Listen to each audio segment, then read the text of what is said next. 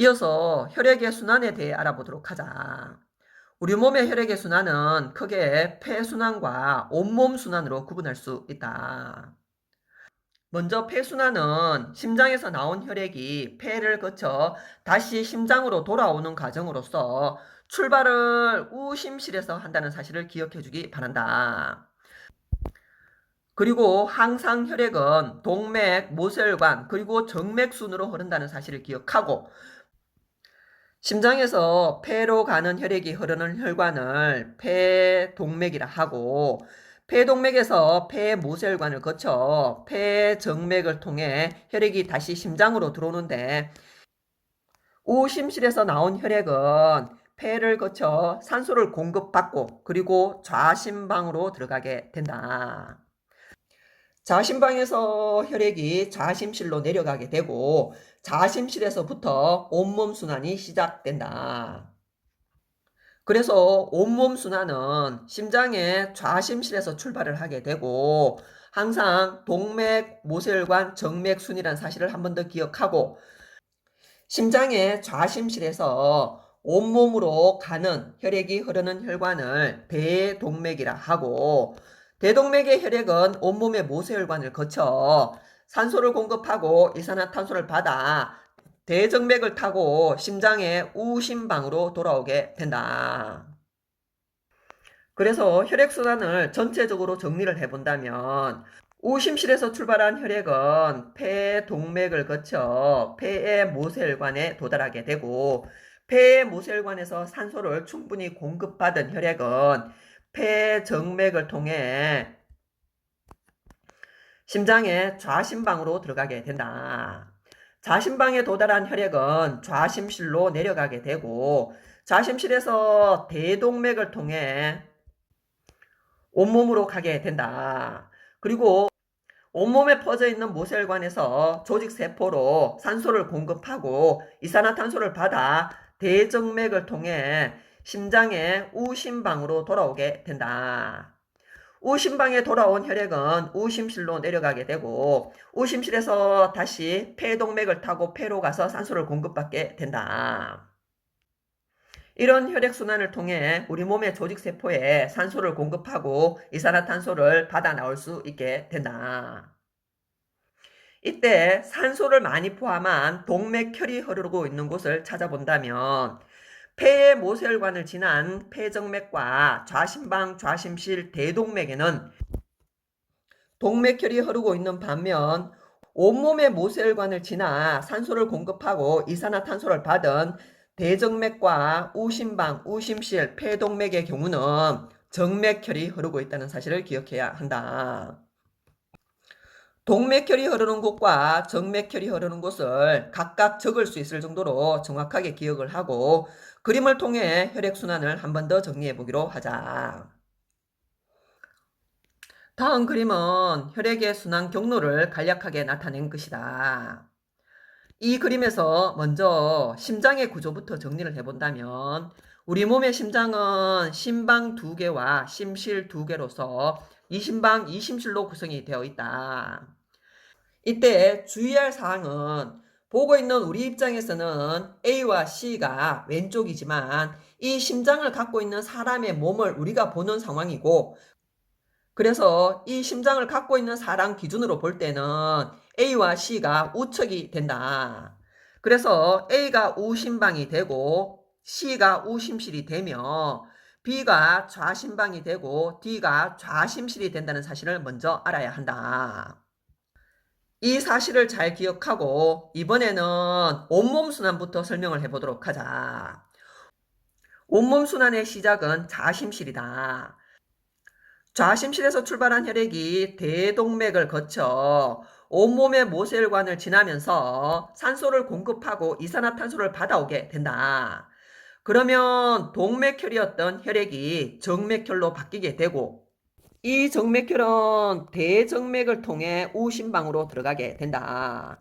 우심방에서 우심실로 내려간 혈액은 폐동맥을 통해 폐로 가게 되고, 폐의 모세혈관에서 이산화탄소를 내어주고 산소를 공급받아 정맥혈이 동맥혈로 바뀌어 폐정맥을 타고 다시 좌심방으로 돌아오게 된다. 그래서 심장에서 나가는 혈액이 흐르는 가와 라가 동맥이 되고 심장으로 들어가는 혈액이 흐르는 나와 다가 정맥이 된다. 이때 폐로 가는 동맥을 폐동맥이라 하고 폐에서 심장으로 들어오는 혈액이 흐르는 혈관을 폐정맥이라 하며 온몸으로 나가는 혈액이 흐르는 혈관을 대동맥이라 하고 온몸에서 심장으로 들어오는 혈액이 흐르는 혈관을 대정맥이라 한다. 그래서 그림을 보고 우심방, 우심실, 자심방, 좌심실, 폐동맥, 폐정맥, 대정맥, 대동맥의 위치를 명확하게 기억을 하고 전체 혈액순환을 우심실에서 출발해서 한 번 더 정리를 해본다면 우심실에서 출발한 혈액은 폐의 동맥을 통해 폐의 모세혈관에 도달하게 되고 폐의 모세혈관에서 기체교환이 일어난 다음 폐의 정맥을 통해 좌심방으로 들어가게 된다. 좌심방에서 좌심실로 혈액이 내려가게 되고 좌심실에서는 대동맥을 통해 온몸으로 혈액을 내보내게 된다. 그리고 온몸에서 기체교환이 일어난 다음 대정맥을 통해 다시 우심방으로 들어오게 된다. 우심방으로 들어온 혈액은 우심실로 내려가게 되고 계속 혈액순환이 일어나면서 기체교환이 이루어지게 된다. 이때 우심실에서 출발하여 좌심방으로 들어오는 위의 과정을 폐순환이라 한다면 좌심실 뒤에서부터 온몸을 거쳐 A 우심방까지 들어오는 과정을 온몸순환이라 한다고 얘기를 했었다. 그리고 폐에서 온몸 가기 전까지의 혈관을 흐르는 혈액의 경우는 폐에서 산소를 공급받았고 온몸에 산소를 주기 전이므로 동맥혈이 흐르게 되고 그에 반해 온몸을 지나 폐에 가기 전까지의 혈액은 산소를 적게 갖고 있는 정맥혈임을 알아야 한다. 이 그림을 반으로 잘라서 한 번 더 정리를 해본다면 좌심방과 좌심실이 있는 쪽은 산소가 많은 동맥혈이 흐르고 우심방과 우심실이 있는 쪽은 산소가 적은 정맥혈이 흐르고 있어 사람의 경우는 이심방, 이심실로서 동맥혈과 정맥혈이 섞이지 않는다는 사실을 기억해 주기 바란다. 그리고 대동맥에는 동맥혈이 흐르고 대정맥에는 정맥혈이 흐르는 반면 폐동맥에는 정맥혈이 흐르고 폐정맥에는 동맥혈이 흐른다는 사실을 기억해 주기 바란다.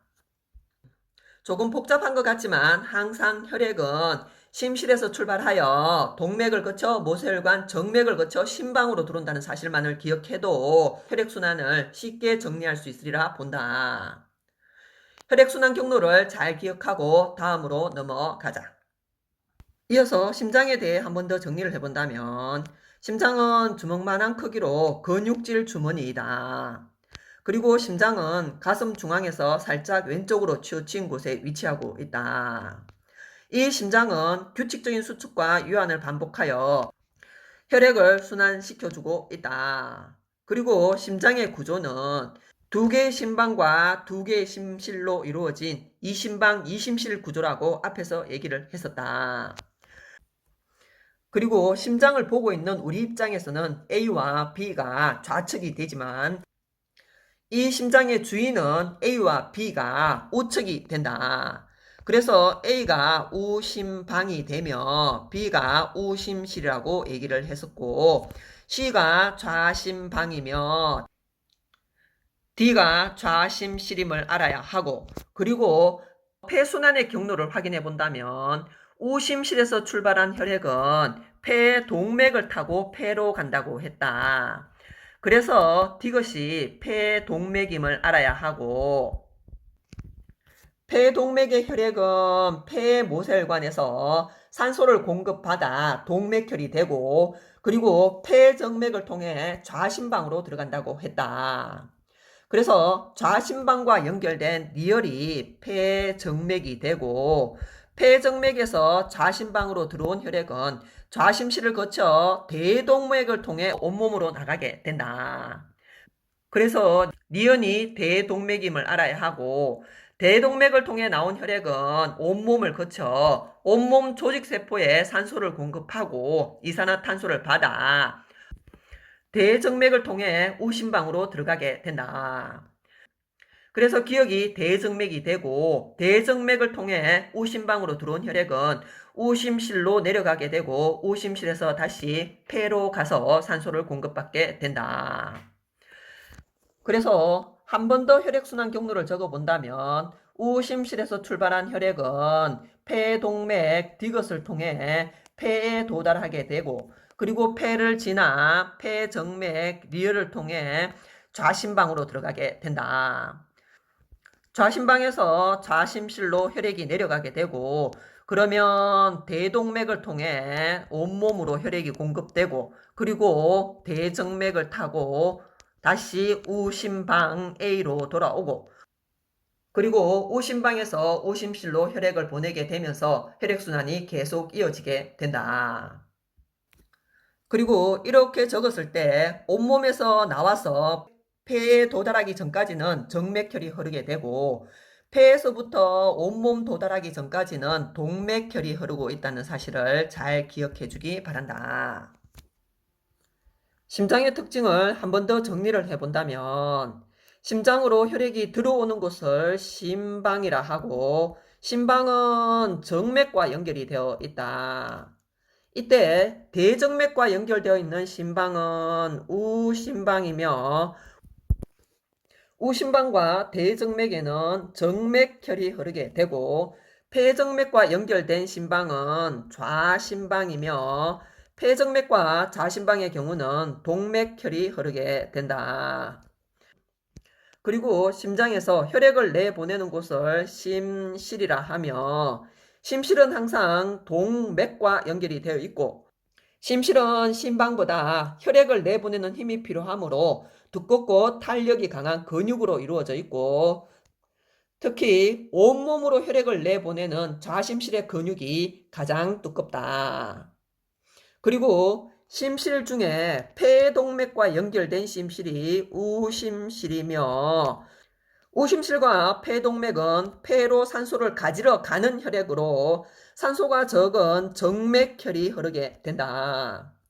그리고 대동맥과 연결된 심실이 좌심실이고 좌심실과 대동맥에는 동맥혈이 흐른다는 사실을 기억하자. 그리고 심장에도 혈액의 역류를 방지하기 위해 판막이 있다.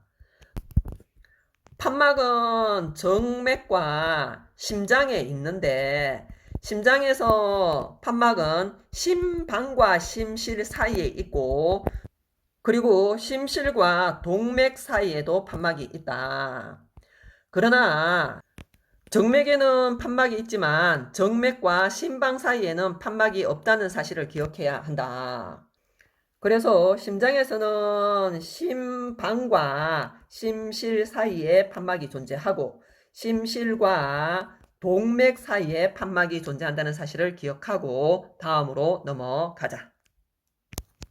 이어서 혈액순환의 원동력이 되는 심장박동에 대해 알아보도록 하자. 심장박동의 과정은 심방과 심실이 먼저 유한을 하여 심장으로 혈액이 들어오게 된다. 그리고 나서 심방이 수축을 하게 되면 혈액이 심실로 넘어가게 되고 심실이 수축하게 되면 혈액이 동맥으로 나가게 되고 동맥으로 나간 혈액은 폐와 온몸을 거쳐 심방과 심실이 이완을 할 때 다시 심장으로 들어오게 된다. 이런 심장박동 과정을 거쳐 혈액순환이 일어나게 된다. 그리고 맥박을 측정하고자 할 때는 혈압이 가장 높아 심장박동을 잘 느낄 수 있는 동맥에서 측정을 해야 한다는 사실을 기억하고 그리고 심한 운동을 할수록 산소와 영양소의 소모가 빨라지게 된다. 그래서 심장박동 또한 빨라져서 조직세포에 산소와 영양소를 빠른 속도로 공급할 수 있게 된다. 옆에 그림을 통해 심장박동 과정과 혈액순환의 경로를 잘 기억하고 다음으로 넘어가자. 이어서 실험을 통해 혈구를 관찰하고 관찰한 혈구의 특징을 알아보도록 하자. 혈구를 관찰하기 위해 먼저 손가락 끝을 소독한 다음 체열기로 찔러 받침 유리 위에 혈액을 한 방울 떨어뜨리자. 그리고 혈액을 생리식염수로 희석을 한 다음 다른 받침 유리를 가져와 혈액 가장자리에서 혈액이 있는 반대 방향으로 밀어서 혈액을 얇게 펴도록 하자. 이때 혈액을 반대 방향으로 밀어야 하는 이유는 혈액이 얇게 펴지는 과정에서 혈구가 터지지 않도록 하기 위해서이다. 그리고 혈액에 에탄올을 떨어뜨려 혈구를 고정하자. 그리고 김사액을 떨어뜨려 혈액을 염색한 후 물로 씻어내고 말린 다음 덮개유리를 덮고 현미경으로 관찰하도록 하자. 이때 김사액은 세포의 핵을 보라색으로 염색하는 용액으로 백혈구의 핵을 염색하여 백혈구를 쉽게 관찰할 수 있도록 도와준다. 현미경을 통해 관찰을 해보면 가장 많이 관찰되는 혈구는 혈액 속에 가장 많이 들어있는 적혈구를 가장 많이 관찰할 수 있게 된다. 그리고 핵이 보라색으로 염색되는 혈구는 핵을 갖고 있는 백혈구이며 혈소판은 거의 관찰할 수 없다. 혈소판은 크기가 작아 관찰이 어렵다는 사실을 기억하고, 그리고 만약 이 실험에서 김사액을 사용하지 않을 경우에는 백혈구를 관찰하기 어렵게 된다. 실험 결과를 보면 가운데가 오목한 원반 모양으로 가장 많이 관찰되고 있는 A가 적혈구이며 핵이 보라색으로 염색된 B가 백혈구라는 사실을 기억하고 다음으로 넘어가자. 문제를 통해 배운 내용을 한 번 더 확인해 보도록 하자. 각각의 혈액을 조사하여 정상인과 혈액에 들어있는 혈구 수를 비교하여 나타낸 것이다.